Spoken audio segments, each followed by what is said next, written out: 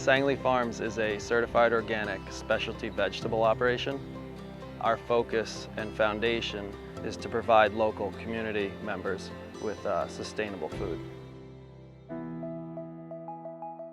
Farm was started by my Uncle John, my Uncle Hugh, and my dad. So after World War II, the three of them started Sangley Farms.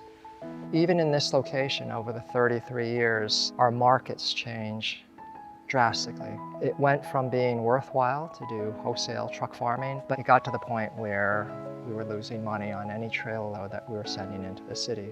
Fortunately, Karen, my wife, had an idea to help transition us, and part of it was selling flowers. It was very small scale, but it involved the kids. We put together bunches that we sold on a roadside table, and little by little, customers would stop and they'd see our market trucks going in and out of the driveway, and they'd say, "What's on those trucks? Can we buy those vegetables?" That's how we developed into retail, and thank goodness for that, because that paved the way to what we do now. I would do an application, simple application of a fungicide in a field, and the kids would come running out, running through the field that I just sprayed. I thought, there has to be a better way. And so little by little, I started weaning myself off the herbicides, the fungicides, and the insecticides. That transition came gradual through the early 2000s, and then we were certified organic in 2007 by NOFA New York. All of the practices that we do have a direct impact on the quality of the environment that we live in. It all came into play with cover cropping. We like to operate 25 to 50% in a reduced tilling rotational cover crop. So one section of the field will be resting cover. We use cover crops as a weed suppression. We use them as a beneficial habitat for insects, and we also use them to cycle nutrients.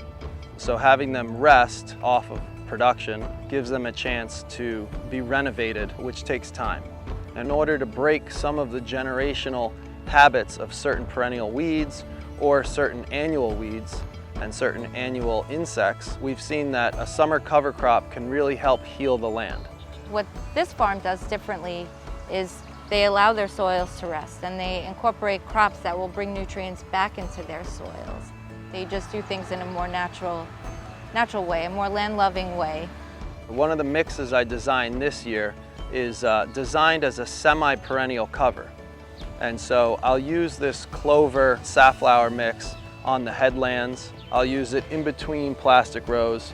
We'll use it down the wheel tracks. We'll use it on washout areas, headlands, anywhere where the weeds would take over if we don't plant something there that's beneficial. Most of the farmers here on the island have such small units of farmland. We farm on postage stamps here. You see farms planting right up to the road or right up to the stream bank. You know, you have to maximize every tiny bit of space. But working with these guys, you see their willingness to allow a field to rest, or not go all the way to the road, or don't push it into that wetland area.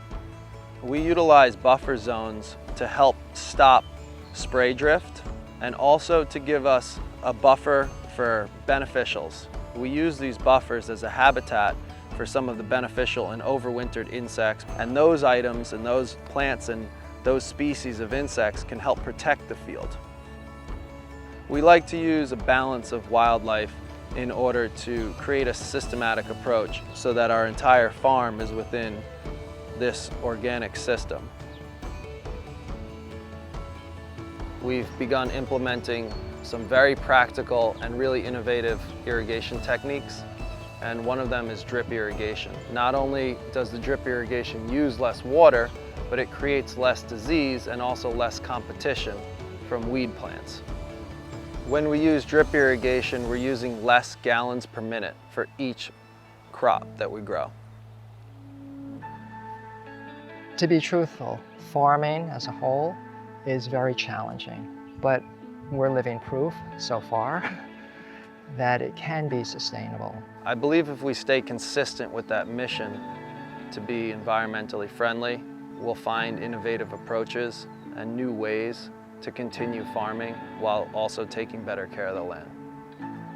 What they're doing here is keeping up with the times on what's important for all of the environment, not just what's good for their farm and their little microclimate. So the transition from my uncles to me was haphazard. They just sort of stepped away from the farm. In the case of myself and Will, we're putting together a plan now where I can phase myself out. He's taking on more of the day-to-day operation, and they're doing a great job. It's a tremendous honor to have won the award.